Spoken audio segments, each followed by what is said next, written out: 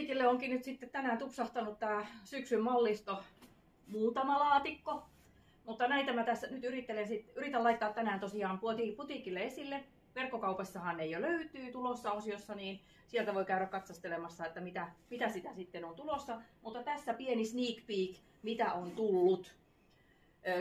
Denimiä, sitä tulee todella valtava määrä. On paitaa, hamettaa, housuja, farkkuja. Et niitä tulee nyt tosi paljon ja se on niinku trendikäs edelleen. Kesällä sitä nähtiin jo, mutta jatkuu tosiaan syksyyn. Tässä on Culturen tämmönen hieman vähän romanttisempi farkkupusero. Hihansuissa on pumpparit. Kaunis tuo kaulus. Pussimainen toi hiha, muuten suora malli. Niin tämähän on tosi kaunis. Esimerkiksi tämän neuleen, kriimin neuleen alla. Tulee nätisti nuo kaulukset tosta. Tässä kriimin neuleessa on tosiaan V-pääntie. Tämmönen kaunis hento roosa. Piparireuna, noi hihansuut ja helma. Suora muuten, ihan suora malli. Ja todella pehmeä, ei ollenkaan karvas tää laatu. Tää on kyllä tosi kiva ja todella kaunis myös sitten tosiaan ton farkkupuseron kanssa.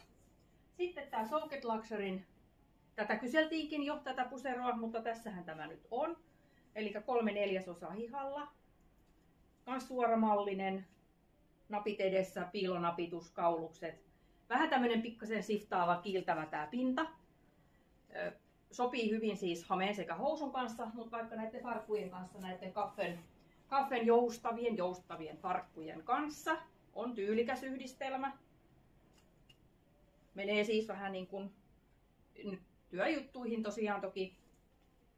Ja näissä farkuissa tosiaan on hieman suorempi lahje, ei täysin suora. Takataskut, yölenkit ja jousto on tässäkin taattu. Pikkasen siftaa tää laatu, eli on semmonen, ei ole siis nihkeäpintainen. Niin ei näy siis sitten karvatkaan siinä pinnassa. Mutta tässä oli tosiaan pieni katsaus nyt, että mitä on tulossa. Yritän saada ne tänään tosiaan putiikille esille. Verkkokaupastahan ne siis tosiaan löytyy tulossa osiossa, että käykääpä siellä tutustumassa ja nähdään putiikilla. Moikka!